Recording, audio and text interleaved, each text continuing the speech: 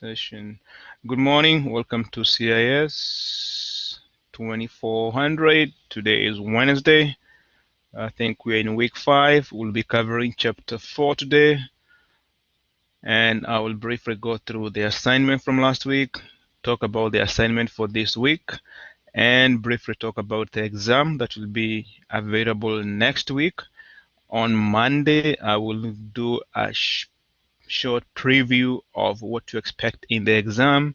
So if you have some time, you can log in on Monday the same time. I will also make sure that the video that I record will be posted on Blackboard like we have been doing in the past. So the last assignment was from module 3, I'm sorry. And if I may go here quickly to that module 3, we went through the assignment, and if you watch these videos, I think some of you got some insights from here, and some of them may appear to be long, and what is actually surprising me is very few students are watching these videos. Very few people are attending the classes, and very few people are watching the videos after. So I'm not very sure whether you guys are not taking this class seriously or whatever is going on. But you have to remember, if you're a full-time student, if you're taking more than 4 classes, that is 4 times 3, 12 credits, that means you're a full-time student, you should be devoting at least 40 hours per week for your classes. In this class, I had said, you might be required to take between 5 and 7 hours per week. For some of you, it might be more. For some of you, it might be less. This might actually be one of your easiest class because we are not doing any experiments in this class. We are not doing any labs in this class. It's just reading and answering questions. So if you are not devoting enough time for your classes, you need to start doing that, because like I mentioned before, if you're not doing that, somebody at Duke is doing the same thing. Somebody at Fairville is doing the same thing. And when you come time for you to graduate and look for a job, you're going to be competing with those people from those other jobs. Some of you, it seems like you're just interested in the grades that you get, and that is not a good way to go about. And the reason why I say that is because I see some of you answering the questions, and sometimes you're not even very sure how you should be answering the question, and you never make the effort to reach out to your professors to try and get some clarification. There are some of you who have actually reached out, you have called, you have emailed, and tried to find out exactly what is expected of you if an assignment is not clear. But what I've seen in this class, and not only in this class, in some other previous classes, is that many students are just interested in getting a grade and getting out. And that's not a good way to do, because like I mentioned before, Central has been here for very, very, very many years. If you do well, everybody is happy. You go out there, you represent. If you don't do very well, life goes on.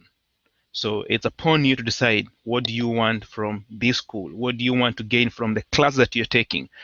How do you want to chart your future? So the assignment on applying the knowledge was about blogging for dollars, and we mentioned about the assignment in class, and I provided a template here, and I specified that you make sure that you're using the template when you are answering the question. So this is the template that I provided, and I'm going to share it with you for some of you who did not do very well in the assignment. Let's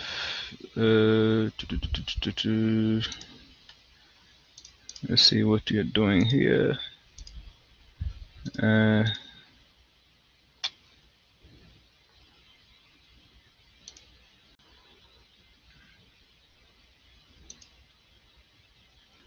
I'm going to share a file, make sure why it's not working out. And this is an application window. I think it's a Word document, blogging for dollars. So this hopefully was supposed to help simplify the process for you. So I posted this and I said, make sure you follow this to the ladder, or at least make sure you try to stick to it as much as possible. I'm not sure why it's not appearing on the screen. Can you see the Word document on your screens? It's not showing on my screen. No, just a black screen. No. Yeah, that's interesting. Application window, project blogging for dollars. Okay, that's it. So you have seen, some of you have seen this document before. So research the internet and find several customer blogs and employee blogs. And I showed you how to go about getting some blogs, and we talked about what blogs are. So I said, give me at least 4, and I specify here the name and the URL. We mentioned about what the URL is, Uniform Resource Locator. So some of you did a very good job. There are some who just gave me the URLs. I was looking for the name of the blog and the uniform resource locator, which is the internet address, so that I could go and make sure that you're doing that work. So you're supposed to do that for customer and for the employees. And then you're supposed to come down here and pick 3. So if you had, some of you gave me more than 4. If you had given me more than 4, you had to pick 3 and then 3 customers, and then tell me a little bit about the content. What is this blog about? And then how easy is it for a user to use it? Because we mentioned that if you're using information systems, ease of use is always one of the factors that you have to consider when you're putting out information out there. When you have the self-checkout register, they have to work to make sure that it is very easy for the users to access them. Because if the users are having problem with self-checkout registers, they're not going to use them. They are going to reject them. That is one of the reasons why you find that, like the smartphones, they are very popular because they are very, very easy to use. Okay, you don't need to go to college. There are actually some communities, especially in Africa, who have people who have never gone to school, but they use cell phone. And the reason why they do that is because you have, like, all you need to do is you have the number, you punch in the numbers, and you can have those numbers on a piece of paper. Just punch the numbers, and the call is connected. So the ease of use will make a technology to be easily accessible and accepted by the users. So there is something that's called innovation, and then there is something called the diffusion of innovation. So diffusion of innovation is how something that is new gets accepted by the community or by the society. And ease of use is one of the characteristics that determines how people are going to accept or reject that particular item. So overall value, what value is in this blog? Okay, is it providing information to the customers that they can use to make decisions or something like that? So at least if you give me some information here, most of you got full credit. So you have to do that for the customers and then for the employees. And then down here, you have to come back here and design a prototype. And I said a prototype, we mentioned that a model. If you remember in the class, we mentioned about Victoria's Secret. And we said when you watch those models on stage, we all know that's not how everybody looks like, right? There are some who look like that, okay? But those are what you call the model. That's a prototype, okay? So you're supposed to look based on the ones that you have picked, the employee and the blog, design one of your own. So you didn't have to give me like a full design, but is a model. Like if you were to design a blog for your organization, how would that look like? And some of you actually did a very, very, very good job. Okay, there were some who gave me something in PowerPoint. There are some who copied the prototype and they had like a picture and they put it here. A number of you just left that area blank, and that's why some of you lost some points. So that is what was expected of you in the assignment from last week. Any questions? Is there a way like you can still give me like personal feedback online? Because I still don't know where I exactly went wrong. Okay, make use of the office hours. I had office hours yesterday. Nobody showed up. I have the phone call. So let's do that. But this is, if you had something like this and you provided that kind of information, you should be able to grade the assignment for yourself and see where you went wrong. But I can provide more information on that. There are a few students who got the full credit because they followed that format. So that is that part of the assignment. So now we're in week module 4. So let's go to module 4. And we're going to be looking at ethics and information security. And basically, right here, we have another assignment. So we're going back to VoiceThread for the assignment for the discussion board. So note that down here you have the voice thread. So the question is, what is the correlation between privacy and confidentiality? This is covered in the course chapter, and hopefully we'll be able to touch on it. What is privacy and what is confidentiality? And I'm saying you can use the company that you're working for, or you can use your daily life activities to tell me. Correlation means the relationship. Correlation is the relationship. So what is the relation between privacy and confidentiality? Okay.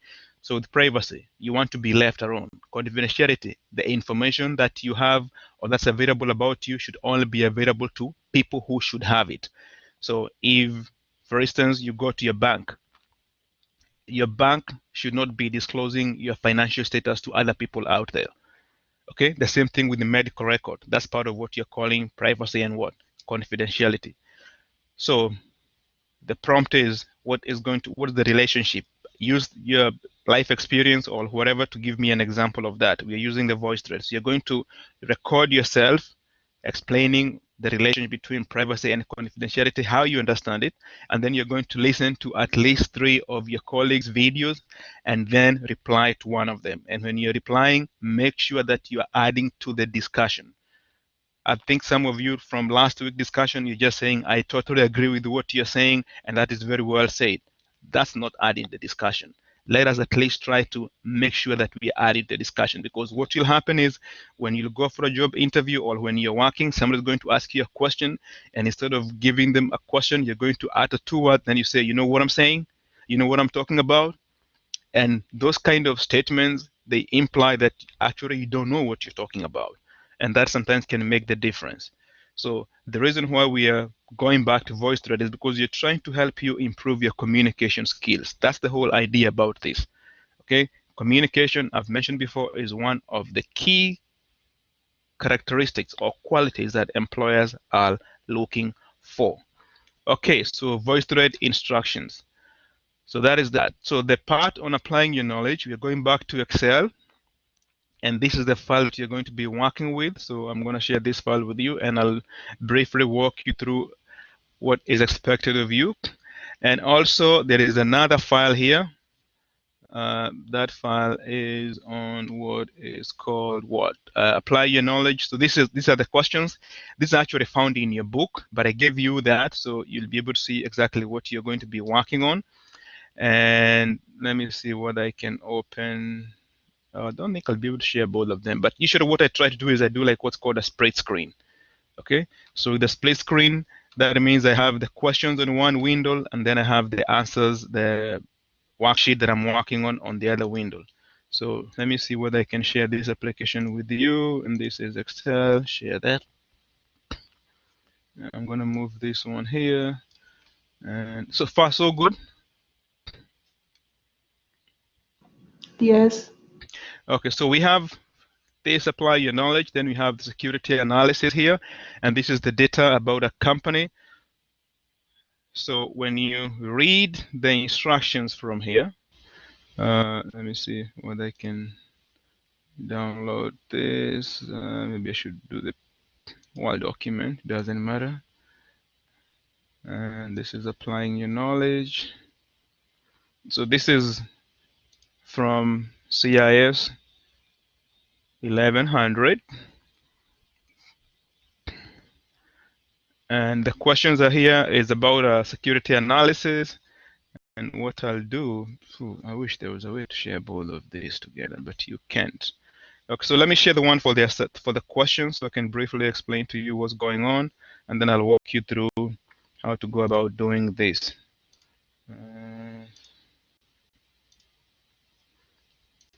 Yeah, I'm sorry I'm taking a little bit more time than I was going to be doing this, but if you understand, it's going to be much easier. Okay, so that's the question that you're going to be working on, and is on Project 9 in book. If you have your book, is AYK.6. So SecureWorks is a small computer security contractor that provides computer security, blah, blah, blah, blah. So you read that information. We have the human resource manager and all that. So the questions are right here. There are 4 questions, and it says create a duplicate of the security analysis worksheet. So I'll show you how to go about doing that, and then rename this worksheet as that, apply the sort commands, the data in this worksheet, blah, blah, blah, and then create a duplicate of security analysis worksheet and place this copy sort worksheet, name this as auto filter, apply the auto filter, da, da, da, da, and then create another duplicate security analysis worksheet and place this worksheet after that. Apply the auto filter worksheet, rename this as that, use the subtotal, and then create a duplicate and move it to the end, name this sheet formatting, apply conditional formatting rules, blah, blah, blah. So those are things that you're going to be doing. So what I'm going to do is I'll share the worksheet with you, and I will walk you through briefly, give you some hints of what you should be working on in this worksheet. So this is the worksheet that you're going to be working on. This is how it's going to appear when you download it. You'll click on Save As and then you give it your name. So the first assignment says create a duplicate. This is the original that we have. You can create a duplicate of this using very many techniques. One of them is you can just hold this down. So you bring the mouse pointer here, hold it down, and then you drag it to your right. And basically what that will do is create a duplicate copy, move it right here and drop. Why is it not creating a duplicate copy? Hold and drag to the right. Nothing. Okay. You can also right click and then go and say move all copy. Okay, say create a copy and you want to move this to the end. And then you have another copy here. Okay, so you're going to come back here and then you rename this. So you give it a different name based on the instruction, and then you work on this part over here. So the first one says something about auto sorting. So if you're going to be sorting the data by whatever, if you're doing it by department, you select that, make sure you're on the home tab, and then you can use these features over here. And you sort, if you're using custom sort, you do like that, you do by the first department, and then you do by add another level, you do by department, then maybe you can do by hire date, maybe like that, and on like that. Then you click OK and you specify that. So anytime that you're doing a task, you're going to be making a duplicate copy. Then you'll come back here and then make another copy of this one. Move all copy, move it to the end, create a copy. Okay. So you have that. You come back here, you rename this, give it a different name, and then you go ahead and apply the command. So there is something that should be working with the subtotals. So if you're working with a subtotal, to create a subtotal, basically what they're trying to do is they want to make sure that we have the total for each department. So they want to see how much each department is doing. This is the same thing that we did from the previous Excel worksheet. So always make sure that you sort the field name that you're going to be applying the subtotal to. Okay, and then from there you'll go to data, and then you have this feature here, subtotal, and then you're saying at each change in what? In department, and you're using what? You want to do the sum, and then you clear that, and you can leave everything else the same. And we're doing what? Department. Make sure we have department checked. That's why this was not available. And then you click OK, and then you'll have that. And now you can see we have the totals for each. Engineering. Let's see, engineering.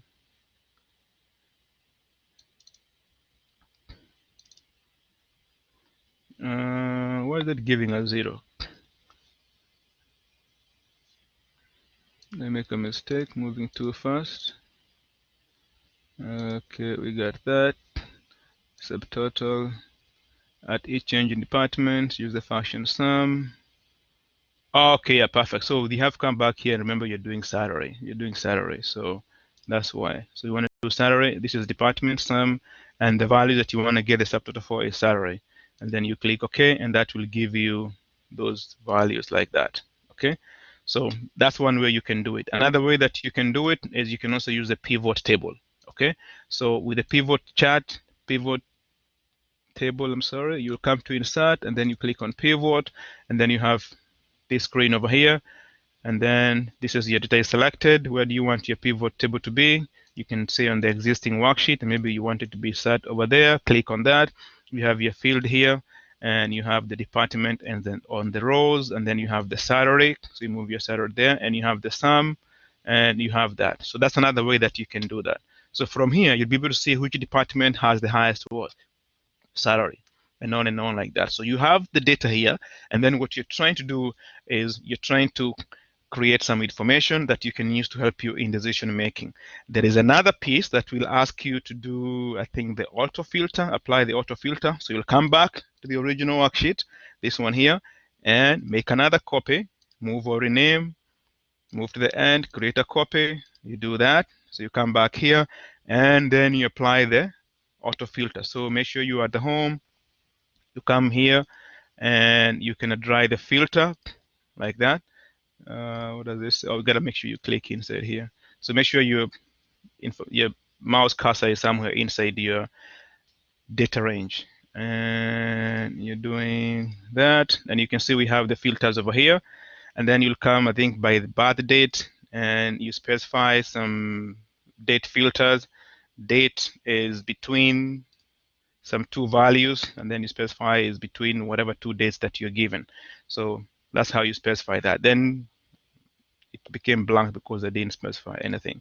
So that's how you do the auto filter.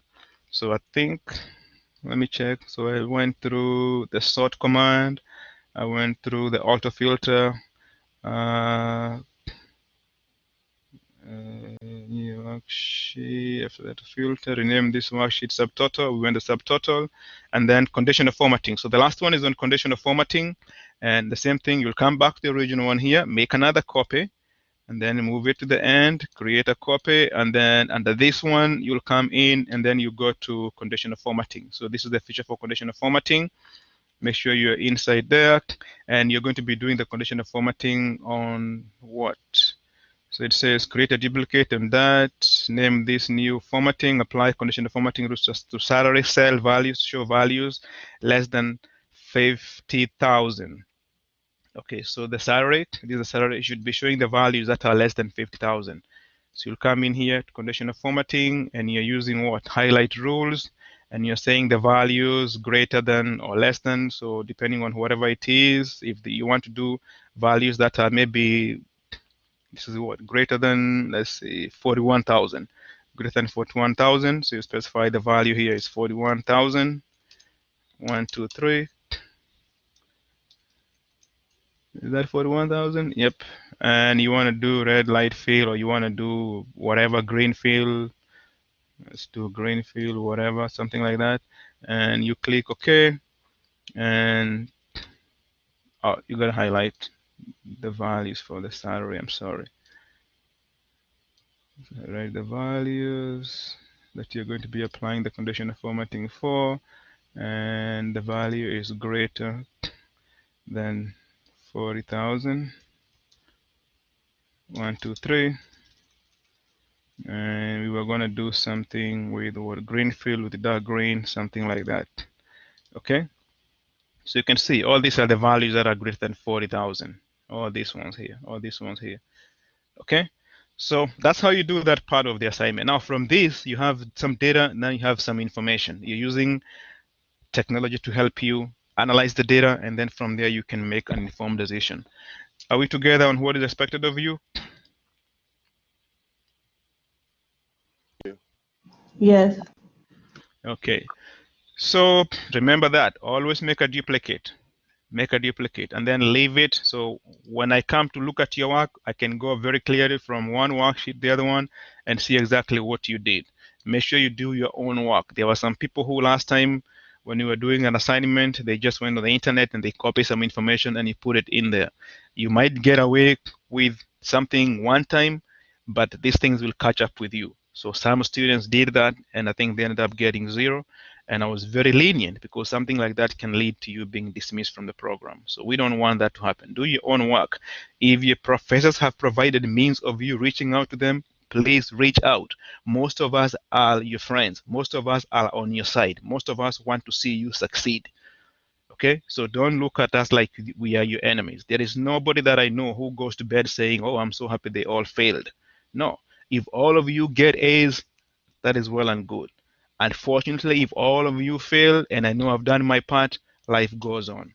So remember, we are on your side. If you do well, we do well.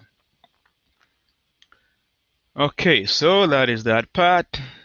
Now we'll be talking about security, ethics, and information security. And this is actually one of the most interesting chapters. I think it's actually fun. And one of the reasons is because security is now a hot thing. Security is a hot field. There are very many jobs that are available for people who are working in the security field. And like I always say, if you're not very sure about your major, maybe this might be a nice area for you to start in. So we start with what's called ethics. And in information system, remember when you're working with information system, we're trying to see how companies can maximize their resources, that they're able to create value for their stakeholders. So there is a lot of people's data, and information that companies have. And we have to make sure that that information is used in the right way. So that's where we bring in the concept of ethics. What is ethics? Okay, so we have some things about the ethical issues in the use of information technology, and we have seen that when we have security breaches. I think there was one of the major credit card companies that was breached a few months ago, and a lot of information was available out there. So we want to make sure that we are protecting our customers' information. You will not be very happy if you went to a certain parking lot and you found transcript with data about your grades out there, right?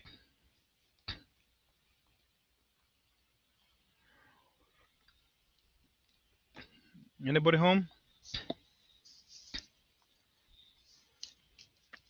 Did you tune out? Are you there? Okay, so I'll briefly talk about some of the concepts that you need to know about this. So I'm hoping that you covered some of the concept in this chapter. So any questions before we continue? Anything from this chapter or from the previous chapter? No. Okay, so have you gone through the chapter content? Anybody?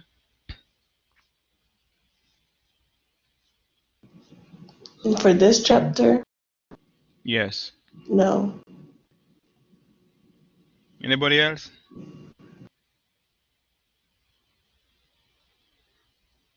Today is Wednesday. I began. Okay, somebody began. Somebody else? Okay, Taylor says yes, that's good. Graham?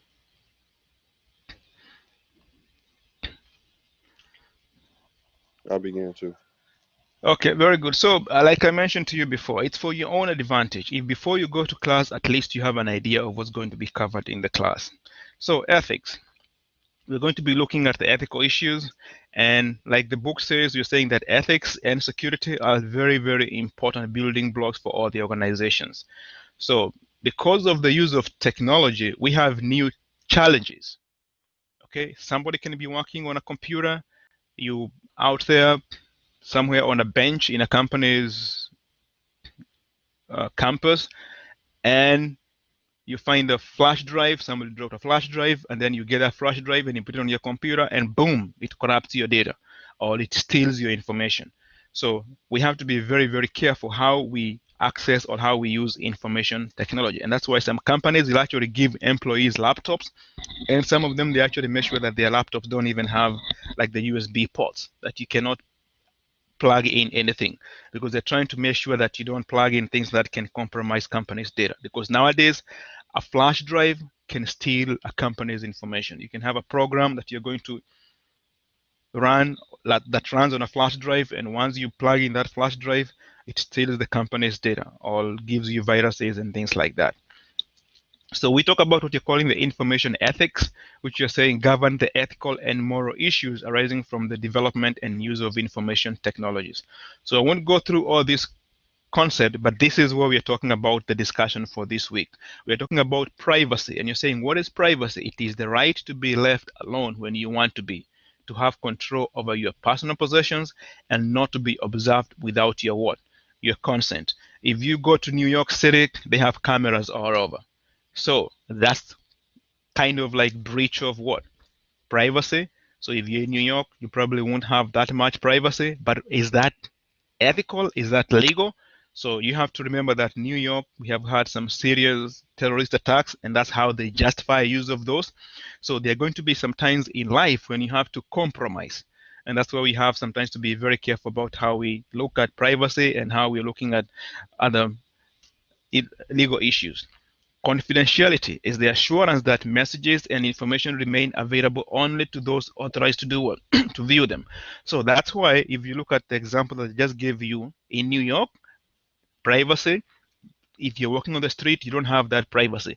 But there is at least an assurance of confidentiality that those cameras are only being observed by law enforcement officers who hopefully don't share that information. Now, there is a case that's going on in California with the late Kobe Bryant and the wife. She has sued the sheriff's office because she is saying that some of those guys shared the pictures, blah blah blah blah. So if you can just Google, you'll find that information out there. So that is a breach of what you're calling what? Privacy and confidentiality. And that is supposed to be part of what we expect from the law enforcement. We expect them not to be doing what they're being accused of doing. Okay, sharing pictures and photos that they should not even have, they should not be sharing. Okay, so we'll be talking about what is privacy and confidentiality in the voice thread. So you can use your own life experiences, you can use the information from your companies to tell me what is the relation between privacy and confidentiality. Okay, so that case of New York, there is no privacy, but hopefully there is what?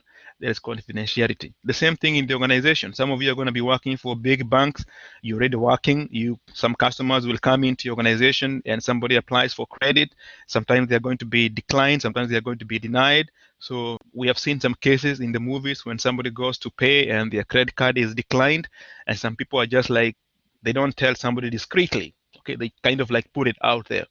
Okay, so you want to make sure that you're not doing that. So privacy and confidentiality. Okay, so we have some information about things like trust between the customers, partners, suppliers is what you're calling the structure of e-business.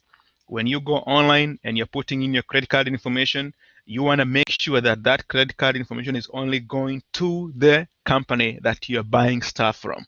It's not going to somewhere else. Okay, and then once they have that information, you hope that they're not going to be doing what? Sharing it out there. And that is why it's very important before you download all those apps that we like to download, you read the what? The what's called the disclosure agreement or user acceptance agreement, which very few of us actually read. But that's where they specify who they're going to be sharing information with and what they do with that information. So most of those companies, like credit card companies, they actually share the information that they collect from you with what they call their vendors, their partners, and on like that. So be careful about that. Okay, so we talk about some other concept like what you call copyright, legal protection afforded an expression of an idea, a song, or that. So we're familiar with bootleg, okay, counterfeit software, counterfeit music, okay. So if you come up with something that is original, you get what's called a copyright. So there is a department of the US government that's called the USPTO, United States Patent and Trademark Office, and that is the one that you register with. If you come out with something that is very original and you don't want people to duplicate it, you file what you call a patent, or they give you a copyright. So you're the only one who has rights to that. So digital rights management is usually for technology solutions. And then we have intellectual property. This is intangible. Intangible means we cannot touch. So the same way we have in an organization, we have what we call intangible assets. If a company has cars, has buildings, those are tangible assets. We have what we call intangible asset. So if you have things like copyright, okay, if you have patents, you cannot touch those. So that's part of what you're calling intangible asset. So in the information systems arena, we have what you're calling the intellectual property, which is part of what you're calling intangible creative work that is embodied in what you're calling physical form. And we have things like copyright, so something like software. Okay, so you cannot touch software. That's part of what you're calling intellectual property. And then you talked about the patent. And then with pirated software, that's something you're all familiar with. So we need to look about some concept of what you're calling ethical or questionable or ethically questionable or unacceptable information technology use. So individuals copy, use, and distribute software. We should not be doing this, because if we do this, you're stifling other people's creativity and you're kind of like stealing also. Okay. So if you're an employee, you should not be looking for what? Database for sensitive corporate and personal information if it is not in your area of operation. So somebody who is in the nursing field and they go to work and they are trying to search and see, oh, so and so, I saw them here the other day, what are they suffering from? Okay. Some of the companies actually try to minimize against that. And there is something that's called the digital trail. Okay. Another field that's very common is what you're calling forensic. So we have IT forensic, whereby that somebody can actually use your computer and they can see what you've been doing on that computer. And some people have been fired because of that. So if you watch, I think there's a show on TV about forensic files, I think. Yeah, sometimes they actually have people who look at computer to see what somebody was thinking before they committed a crime, because that can help people to be able to identify whether it was a premeditated crime. So that's part of what you're calling digital forensics, where somebody can go through the computer and they kind of have like a digital footprint. So you have what you call the digital footprint, where you can be able to see what people are doing. So that's part of what you're calling privacy and confidentiality. And the companies want to make sure that people are sticking to the rules. Are we together? Yes. Okay, so hacking, you want to make sure that you're not doing that. Creating viruses, you are not doing that. And then stealing information. And some people have been found to do that. We just had a case of somebody who was working for the NYPD, and they just found that he was actually spying for the Chinese government. So an employee who is masquerading as as a legitimate employee, but they are stealing information and sharing it with an outside entity. So we want to make sure that you're not doing that. So we have some rules that have been put in. So for this chapter, you don't have to kind of like know everything, but at least have an idea, have an understanding of what these concepts are. Because as a manager, in one way or another, you're going to come across this concept. Okay? So if you're working on a project, you need to be able to know when you're working for a company, don't go in snooping and looking for information that's out of your purview. Okay, so this is what we need to be worried about. We have what you're calling acting ethically and acting legally. They're not always the what? The same thing. So legal and ethical, this is where you want to be. Most of the companies aspire to be here, but there are going to be some cases whereby you'll find that a company is what? Is up over here. This is where you want to completely avoid illegal and unethical. Okay, you don't want to be doing things that are illegal and unethical because they will put you in trouble with the law and also with the what? With society. So something can be illegal, but what? But ethical sometimes, or something can be legal, but what? Unethical. When you look at some of those companies, like where your shoes are made, we have heard about things like the sweatshop, Nike. They say they make their shoes in what? In some of those developing countries where they pay people what? $1 for working a whole day, and then the shoes get the US and they are sold for what? $100, and the company ends up making a lot of money. In those countries, it is legal for those people to be working because they actually sometimes paid more than what many other, like what you can earn in that country. But is it ethical? It's a thin line. Okay, so you gotta do that, and that's what some of the companies are trying to develop. Remember, we talked about the concept of the value chain, where you can actually go and find where the items were what were sourced from. So if you buy a banana, you can see where that banana came from. If you buy some chicken, you can actually see where that what chicken was grown and who are the people who are working in that farm. So some of the companies are trying to do the same thing. Even with coffee, you can actually see, because we have very many kids who actually work in coffee farms.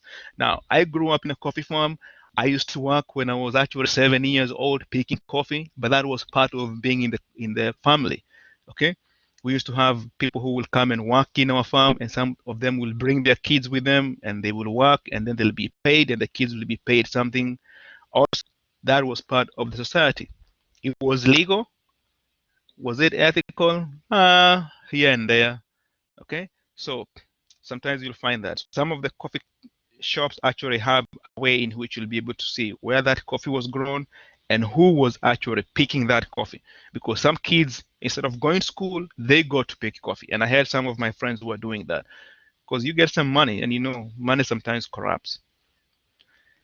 Anyhow, so information, does it have ethics? Of course it does. Okay, so we have this example here that's giving about a high school principal who went to a Starbucks, something like that, and he was talking about his students and his employees, and somebody overheard that, and they reported him, and he had to lose his job, and nothing like that. And they said, should he has lost his job, and we have had those kind of cases also. So you have to be very careful because when you're out there, you represent the organization, and whatever you do can sometimes impact you negatively or impact your organization. Okay, so they give you some examples here about ransomware. So ransomware is from the word ransom. And like I mentioned, information system, because of the nature of when it was invented or the language is still developing, we use a lot of the English to describe concept in information system. So we know about a ransom. Somebody kidnaps somebody and they say, I'm going to release you when you give me $10. Okay? Well, that's a little bit cheaper, but anyhow, you get the idea. So ransomware. So we have ransomware information system whereby somebody kind of like hijacks your computer or your information system, and they say, unless you pay us this amount of money, we are not going to give you back your data, or we're not going to let you have access to that. So we have had some cases whereby some hospitals have actually been hit with ransomware, where somebody runs a program and that program shuts everything in the hospital, and hospitals are told you have to pay, and some hospitals have actually ended up paying. Most of the companies actually end up the ransomware. We keep hearing about this thing, you don't negotiate with the terrorists, blah, blah, blah, blah, blah, blah. But most of the companies actually end up paying. But what they do is they don't publicize that because you don't want that getting out there, because kind of it's going to encourage other people to be doing it. And also the shareholders don't want to be knowing that company is doing all those kind of things. So ransomware is a concept that you're going to be hearing a lot. And that's why they talk about this concept of whether you'll be able to pay for what? For your life. So this is paying ransomware so that the computers can be brought back and on like that. So guidelines for managing information. So we talk about information management. We want to have what you're calling the secrecy. So this is the category of computer security that addresses the protection of data from unauthorized disclosure and confirmation of data source authenticity. So that's why we give people password, so that the information is only being accessed by people that should have access to that. So when we give you access, we also give you what's called privilege, such that if you go to Banner, you can see your classes, you can see your grades, but I can change your grade up to a certain point, after which my access expires, and then if you need somebody needs to change your grade, they have to be a higher level. So we have like different levels of access. So that's part of what you're calling information secrecy. And then governance comes from the word government. So there is a way in which we manage what? Information system. So a method or system of government for what? Information management. So basically what we are saying is we have a system that says who has access to information system. Okay? And remember we said information system includes what? Computers, the hardware, the software. So if you get a laptop like on campus, you have a student access, which is different from faculty access, which is different from what? Employee, like regular uh, staff access. So if all of three of those groups, when they access resources from MCCU, they all have different what categories of resources that they can access. That's part of what you're calling governance, information governance. And most of the companies have the same thing with management. Okay, so we're looking at the resources, and then we see who has access to those resources. We look at the data, who has access to data, and on like that. Compliance, the act of conforming, acquiescing, or yielding information. So this comes from the word compliance, information, but we're talking about compliance. So there are some regulations that the school has to meet, like we have to be certified. The School of Business is AACSB accredited. So we have to comply with some what? Some requirements because of that accreditation. The same thing with information. So we have to make sure that it's not everybody who has access to information. Okay, and then we also have to make sure that when people have access to information, we'll be able to track and see what they've been doing with that information. Okay, and then we also have what you're calling the property. So you don't have to technically cram and know all of this, but at least have an idea about some of the guidelines that companies can follow when they are managing their information. Okay, and talk about things like the Child Online Protection Act. That's where we have something like YouTube for Kids. Okay, any questions?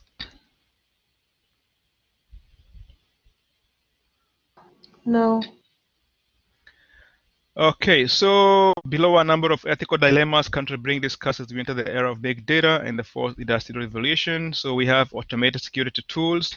So basically what you find is now is actually much easier for people to design tools that can cause damage to the organization because most of these things are automated. You just do a simple Google search and you can find very, very many tools. When you talk about the tool, it's actually a software, it's a program that somebody can download and you can walk around in some certain neighborhoods and be able to access people's resources. Cybersecurity incident response, how much time and energy should be spent investigating a breach. Okay, so what is an appropriate level of incident detail? So companies have this, and university, the NCCU has a cybersecurity incident response plan. So if our security is impacted, we bring in the local government, the state, we bring in the federal, if it's a higher level, to help us to get back to that. Encryption is nothing else but is using what? Codes to represent the information. Okay, so instead of representing this word data using DATA, when this is traveling over the internet, we can use like what we call substitution. So you know the letters of the alphabet A, B, C, D, E, F, like that, and then you have 1, 2, 3, 4. So A, B, C, D. D is the fourth one. So instead of having what? D, we have 4. And then instead of having A, we have 1. And then we have T, and then we have A, like that. So that's part of what you're calling encryption. Okay, and that helps to make sure that the data is what is not easily accessible. If somebody is listening, they won't be able to exactly know what you're talking about, unless of course they have what you call the key. So in that example, we're using what's called the substitution, because what you're doing is we're substituting the letters with the numbers. So if somebody knows that, then they'll be able to get the original message. If they don't, they'll just see it as gibberish. Okay, doing a little bit of research, sales restriction. So if you actually came up with like a very good security program, encryption program, you came up with a very good encryption program, and you try to sell that program to a foreign country in the US, you wouldn't be able to do it. Okay, so when you take a security class, you'll come across that concept. Encryption is one of the controlled resources by the US government. Okay, so the role of the chief security officer, they talk about that. So this is the person who is in charge of the organization, and he ensures that the company is following security principles and the data is secure. Okay, I think we do have one in Central, and most of the companies now are hiring chief security officers. They never used to be that many a few years ago, but now there are very many. Vulnerability disclosure. So this is whereby you have to tell people when their information has been what? Compromised. It's very similar to when there is an incident on campus, you always get an email saying there was a shooting in that building, this so and so happened. It's the same concept. So companies have to have disclosure. You need to let people know when their data has been compromised that they can take remedial measures. Okay, so these are some of the policies that the companies can take. And when you're reading this, anything that is highlighted actually is like the one that you should have more, you should pay more attention to. So you're talking about the e-policies, electronic policies, and e-policies are policies and procedures that address information management along with the ethical use of computers and the internet in the business environment. Okay, so we have what you're calling the ethical computer use. There are people who have been fired because of shopping when they should be working. Okay, there are very many people who have been fired because of going to some website like a website when they should be working. Information privacy policy, making sure that customers and your clients' information is secure. Acceptable user policy. So this specifies what you should be doing on a computer. Okay, and this is what some things when you go to work for a company, they actually make you sign these documents to say that this is how you're going to be using the computer. When you're given a computer, you have to sign. And sometimes when you are on campus and you're signing the computer, there is a pop-up that comes up and tells you this is a property of NCCU, and anything that you do on this computer, NCCU has access to it. And the same thing with the companies. Anytime that you're working on a company property, you have to know that anything that you're working in there or you're working on is company property. Okay, same thing with email privacy policy. Okay, don't be using company's private email account to solicit or conduct private business. Social media policy, the same thing. At this level, you should be very careful what you post on social media, because there are companies that actually are going to the internet to try and see what is your social media content, because that sometimes says about you. Okay, we say that you actually don't know somebody until you know what they do in private. And then we have the workplace monitoring policy. Some companies will tell you that we are monitoring you, and they have cameras all over. Sometimes they're doing it on the internet, they're doing it on the system. So these are some of the e-policies, electronic policies that companies have to make sure that employees are using the information system resources properly. And then they go ahead and looking at this. We have the click fraud. So this is usually for advertising, for the ones who are doing the marketing. So you can have a website which has a link, and based on how many people click on that link, the company makes money. So some people can write a computer program that can actually mimic those clicks. That's what you're calling the click fraud. The same thing with the competitive, where you go to a competitor's website and you mimic that so that they can lose money because they're paying somebody else for that. We are familiar with cyberbullying, be best, and then we have a threat all the way down like that. Okay, so information privacy, fair information practices, general term for a set of standards governing the collection and use of personal data and addressing issues of privacy and accuracy. So we hope that the information that the government collects is going to be stored properly, and because of the lobbyist, we find that there are actually major difference between the US and Europe. In Europe, we have what we have the strongest fair information practice. So the General Data Protection Regulation is a legal framework that sets guidelines for the collection and processing of personal information of individuals within the European Union. So unlike the US, Google does not collect personal information of users in the US, in the European Union, the way they do in the US. So in the US, the lobbyists have actually more power, and that's maybe is a bad thing or is a good thing, depending on how you look at that. But Europe has very stringent information practices, policies, and they are all geared towards protecting the citizens. Okay, you need to comply. So this is what that specifies. The United Kingdom regime is set up in the Data Protection Act 2018, along with the GDPR. It takes a flexible, risk-based approach that puts the onus on you to think about and justify how and why you use the data. So the company has to justify, why do you need to collect this information? In the US, nothing like that happens. Okay, at least you are seeing something with the TikTok, but that, depending on which side of the aisle you are in, I think we can do more. And if you remember what happened with Facebook and the election from the last period, that's part of that. So be very careful the information you share out there, because you don't know what these companies are doing with this information. So we talk about the personal information and on like that. Anything that allows a living person to be directly or indirectly identified. Now I've seen people post their kids' pictures on the internet, and I mean, we're in a free country, but remember, when that kid grows up and he finds that he is all over the internet, there might be a different type of conversation. So just be careful. The same way when people take picture with you and they post them on the internet and you're holding that red cup, we know what that signifies. You got to be careful. Okay, an acceptable use policy requires a user to agree to follow it to provide access to a corporate email, blah, blah, blah, blah, blah, blah, blah. So this is what we need to be looking at. When you're downloading those apps, you have to look at the acceptable use policy, because we rarely read this. And some of them, they specify what they're going to be doing with your data, with your information. Okay, now I have downloaded some apps, and these apps are saying give them access to my address book, give them access to my camera, give them access to my whatever, and I'm like, come on, I don't want to do that. And most of those apps that we have, they actually have access to all that. So you might actually think that your camera is off, but it's recording something, and you got to be very careful. Okay, typo squatting. So these are some of the things that you can do on the internet that are sometimes unethical. So internet use policy, we're talking about the cyber vandalism, the electronic defacing of an existing website. So somebody goes to your website and they post some things in there. And also we have typo. So this is from the word squat. When you squat is where you stay in one place for some time. So it's a problem that occurs when someone registers purposely misspelled variations. So sometimes you're going to Google. If you type Google and you miss the O, you type Goggle, you can be taken to another website. So that's part of what you're calling typo squatting. Some people do that specifically to misdirect people.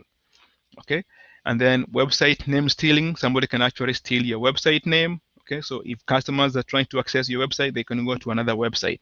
So these are some of the things that you can do. Internet censorship, from the word censor. Okay, so this is very common in Asian countries. China, if you're in China and you're trying to get something like Tiananmen Square, you might not get that information because they don't like people reading about that. So this is something that is very common in some of the countries in the world that have different kind of leadership or democracy, like unlike we have what we have in the US. Okay, so at least be aware of that and things like that. So sometimes we have people stealing your identity and then they file your taxes. So all that's happening through the internet, things about the email privacy. So this section talks about those concepts that we mentioned about the e-policies and how those can be implemented. We talk about the spam. You always get those. Okay. So unsolicited email, I think you get a lot of them in your computers. And you can opt in, opt out if you don't want to be receiving them, all the way down that. Social media policy, how the company should be using it. The right to be forgotten. This is very, very important. The right to be forgotten. We don't have that in the US. Okay. So the former European Commissioner, blah, blah, blah, blah, announced the European Commissioner's proposal to create a sweeping individual privacy right, the right to be forgotten, allowing individuals to request to have all content that violates their privacy removed. So if you go to the internet, if you have ever been on the internet, your information is going to stay there. Okay. But in Europe, they have this concept whereby you can actually have the companies scrub all your information that you don't appear anywhere on the internet. That's a beautiful thing, because sometimes we all make mistakes and we do something that we didn't intend to do, or we were not in the right state of mind, and then we have a picture out there and we don't want it there. So it's a good thing to have, I think. But maybe you're the ones who are going to make that change. Fake news is very common. We need to be careful also. Social media monitoring, all the way down like that. So this, I think, is a much, much easier read than some of the other past chapters. So unless there is any question, I think we're going to stop here. And you can go to the next section, which is on information security. So probably I'm going to cover this part with the next class, and then I'm going to post both the videos. And if you want to come back and check them, you'll be able to do that. Any questions? No. Okay, so I'm going to stop this recording.